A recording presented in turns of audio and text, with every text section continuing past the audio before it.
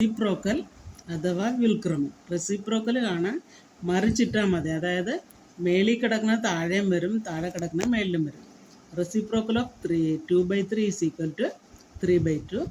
Reciprocal of 8 is equal to 1/8. കാരണം 8നെ 8/1 എന്ന് എഴുതാം. അത് മറിച്ചിടുമ്പോൾ 1/8 എന്ന് വരും. അടുത്തത് 4 ആൻഡ് 2/3. ഇത് ഒരു മിക്സഡ് ഫ്രാക്ഷനാണ്. മിക്സഡ് ഫ്രാക്ഷൻ എന്ന് പറഞ്ഞാൽ എണ്ണൽ സംഖ്യയും ഭിന്നസംഖ്യയും കൂടെ ഉള്ളതിനെയാണ് മിക്സഡ് ഫ്രാക്ഷൻ എന്ന് പറയുന്നത്. ഇതിങ്ങനെ ചെയ്യുമ്പോൾ 4 × 3 + 2 ഈസ് ഈക്വൽ ടു 14. ഇത് 14/3 എന്ന് വരും. എന്നിട്ട് അതിൻ്റെ റെസിപ്രോക്കൽ എടുക്കുമ്പോൾ തിരിച്ചിടുമ്പോൾ 3/14 എന്നാകും. Next one division.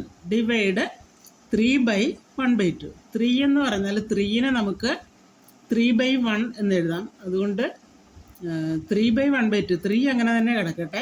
ഇനി ഇവിടെ വന്നതിൻ്റെ എന്തുകൊണ്ടാണോ ഹരിക്കുന്നത് അതിനെയാണ് മറിച്ചിടേണ്ടത്. മറിച്ചിട്ട് ഗുണിക്കണം.